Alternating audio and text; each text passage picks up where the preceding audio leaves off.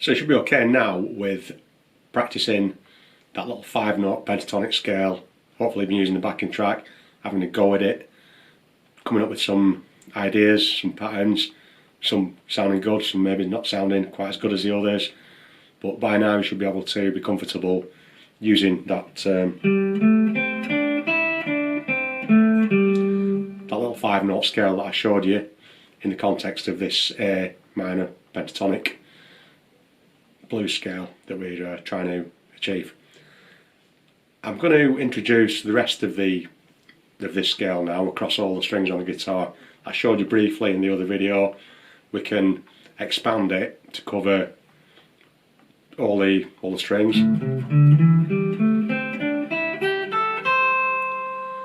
So we've got more of a range of playing. We're only still playing the 5 notes. We're not adding any extra notes, but we're playing them in different octaves.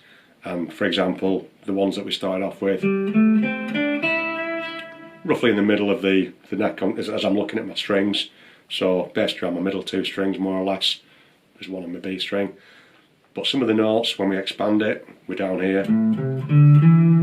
So we can play some lower notes and then the opposite end of the scale, literally. Opposite end of the scale, see what I did. We can play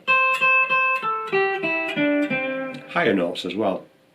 Now, just a quick tip before I get into the actual expanding of the scale. Just because we've got more notes to play with, don't automatically think that you have to use all of those notes all of the time. What I mean by that is, we started off with the 5 notes. Whatever you've been doing with that, hopefully it's good. But just because I'm going to give you some more notes that you can play, not actual literal musical notes that I've said, it's the same notes just replicated, but more areas on the guitar that we can play. Don't think that just because you've got a greater range, just because there's more places you can put your fingers, it's probably the best way of explaining it. Don't feel as though you have to put your fingers in all of those places all of the time, just because they're there. Sometimes less is more. So in terms of this tip that I'm giving you, there's nothing wrong whatsoever with staying on one note for a little while. If you want to do that, don't feel obliged to keep moving and keep going to different notes just because you think it might be better. It's not always so. A lot of the classic solos and riffs do contain an element of repetition, of staying in a note for a certain time, or maybe a sequence of a couple of notes, playing that over and over and over again. And rather than sounding repetitive, it adds to the experience, it adds to the feeling of it. A lot of times, certainly when we're talking about blues, which is what we're talking about now, that is a common thing to do. So don't think that you've got every note has to be different. Don't be afraid to sit on a note for a while, play it a few times, and if you find a couple of notes that you like the sound of together, if you want to play that a few times,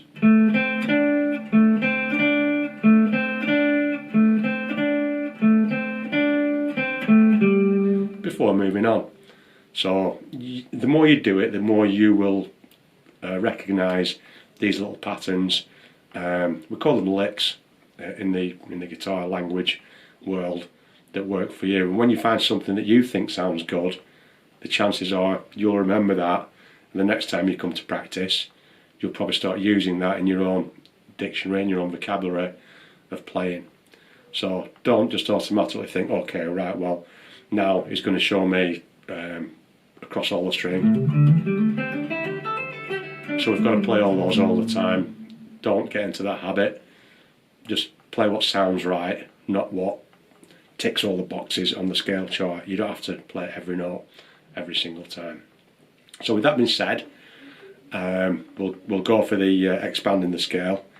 I'm not going to explain it in sequence because, again, I really don't want you to think of it in sequence. I will give you the diagram of it. I'll either put it in the editor or I'll put it in a link if I can't manage to put it in the edit because of my software skills. But either way, I'll share it with you somehow. But those 5 notes that we used from the last one, we're going to play those across all 6 strings, the same 5 notes, and we can use those to improvise. So I'll add that. I'll add the backings again. I'll include everything just so it's easy for you.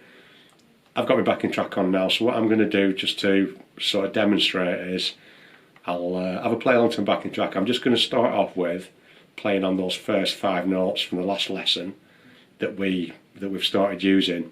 So even though I want to introduce the other notes from the full scale across all 6 strings, I'm not going to start there. I'm just going to start with the ones that I'm comfortable with, and then as I play through the progression, I'll start adding some of the other ones either higher up, i.e.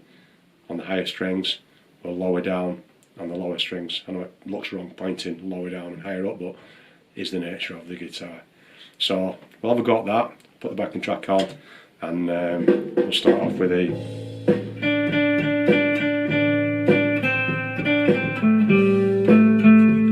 so I'm happy to sit on those notes.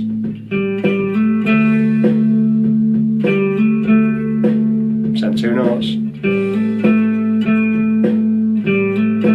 I don't want to change. Maybe now I'll change.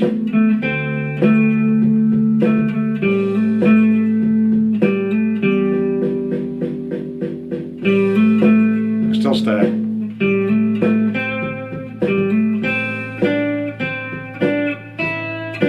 I'm still on those first 5 notes. Haven't used the rest of the scale.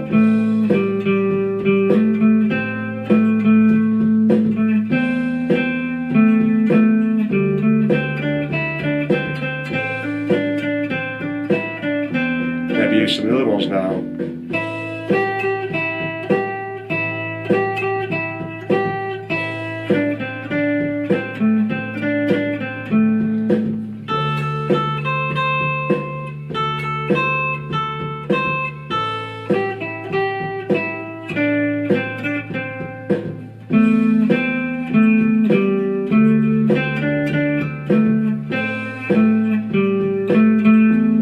Use some of the lower ones maybe.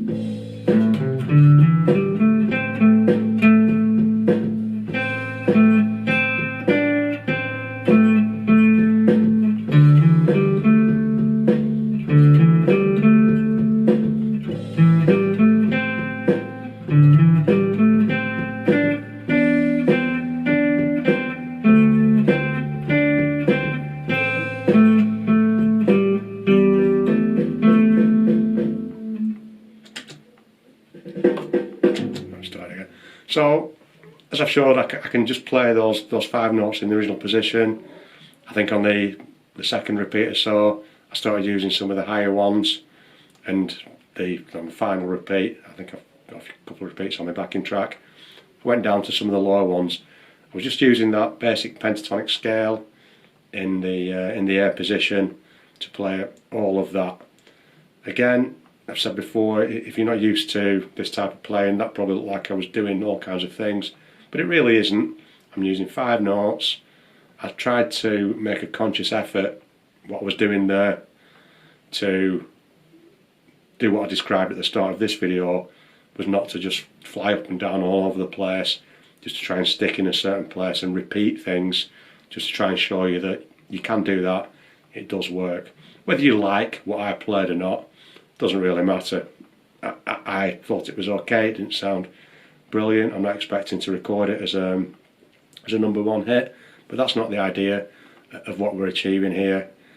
I probably couldn't play that same thing again. I had no idea really. I can't remember now what I've just played. It was literally just off the top of my head. Okay, I've done this thing many times over the years, so I'm more experienced at doing that, but the only way that I've become more experienced at doing that is by doing that. There's no magic pill that you can take to do that. So what I'm trying to do is just give you some tips that have been useful for me, and hopefully will be useful for you as well. As I say, I'll share the diagram of it with you rather than describing the notes in order, because I really don't want you playing the notes in order, because it'll give you a bad habit, in my opinion. And hopefully you can have a go at expanding that first scale up to playing across all the strings and enjoy it even more than you did before.